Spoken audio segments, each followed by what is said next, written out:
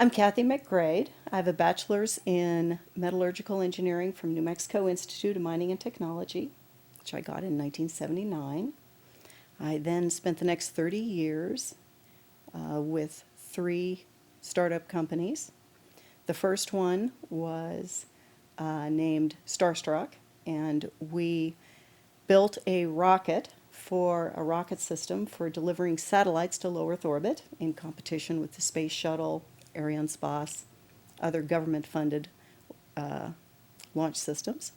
The second was named Metcal, and in that company we melded together two different, rather obscure material properties to make a heating device that would self-regulate the temperature without having a thermocouple feedback loop. It's self-regulated as a matter of the material property itself.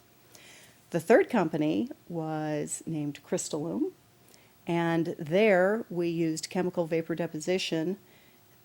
We applied that to methane gas, broke open the methane molecule, and deposited diamond down as an engineering material, thin film diamond. Then after those three startups, I did my own company, which is fail-safe testing. That's what I'm still doing. I took a non-destructive testing technique called acoustic emission, and I applied it to fire service aerials to determine the structural integrity, to evaluate the structural integrity of their aerial ladders.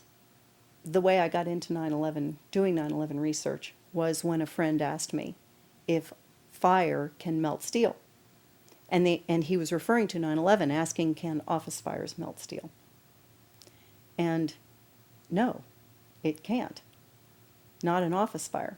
A blast furnace can melt steel because you're driving lots of oxygen into a closed furnace where you're capturing the heat and driving oxygen in. In an office fire, you cannot generate enough heat to melt steel. And yet we have evidence of molten iron in the microspheres, in the rubble pile, and the metal pouring out of the side of the tower. And the more and more I looked into it, the more I was horrified by what I saw. One thing I would like people to know is that you don't need to be an engineer or an architect to see what happened to those buildings. I'm asked all the time, why should we not believe the experts and what they've told us? And I always answer with this simple story. One day when I was driving my truck down the road, my truck quit suddenly. And as I was waiting for the tow truck to come, I thought to myself, well, don't just sit here like a stool pigeon. Get out of your truck, open the hood, and look underneath the hood for anything that's obviously broken. And I did that, and I checked everything. I checked the oil temperature, I looked for, fan belt broken, anything, obvious things. Nothing was wrong. But when the mechanic called me and told me that I needed a new engine because it had overheated, and because it had dropped its oil and overheated, I knew he was lying. Because I had opened the hood and looked for myself and thought for myself. And it turned out it was just a cam sensor, and I was able to fix it myself. I was able to get the part on eBay and stick it on and watch a YouTube on how to fix it and stick it on and drive away. But the comparison is this. Unless you're willing, we all have to be willing to look at the videos of the buildings coming down. You have to be willing to look for the obvious evidence. And you don't have to be a mechanic, an engineer, an architect to see if it makes sense or not, to see how those buildings fall.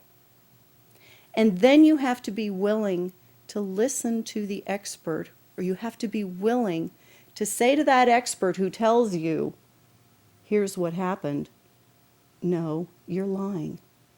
I know that's not true. I know that's not true because I watched the video and I saw the buildings come down. It's obvious because of the symmetry. The symmetry is the smoking gun. Those buildings could not have fallen in perfectly level. It's as if you take a level with a bubble in the center and watch those buildings come down, and that bubble will stay centered the whole way down.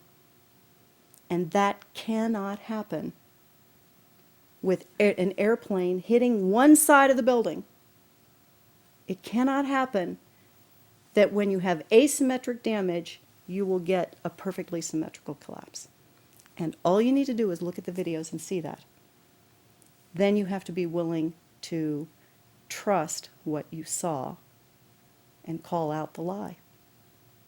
When you look at the evidence of 9/11, there's a preponderance of evidence. But I believe there are three smoking guns. And one of them is the microspheres that were found in 3 different samples from 3 independent researchers.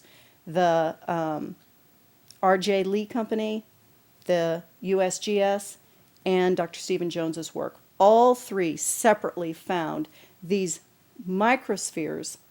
They're perfectly round. You cannot get a perfectly round sphere of metal from the building tearing apart. The only way you can get that is by starting with a molten liquid. A liquid will create the perfectly round sphere as it solidifies. There's no other way you could get that. That's one of the smoking guns. The other, I think, is David Chandler's work, which is excellent, the 2 1/4 second of free fall in Building 7. And then the third one is, it is very well explained in the article, The Missing Jolt. And that explains how in the Twin Towers, there simply was not evidence of work being done. No work was done to collapse the building below. I think those are the 3 smoking guns. Beyond that, everything, there is a preponderance of other evidence that feeds those.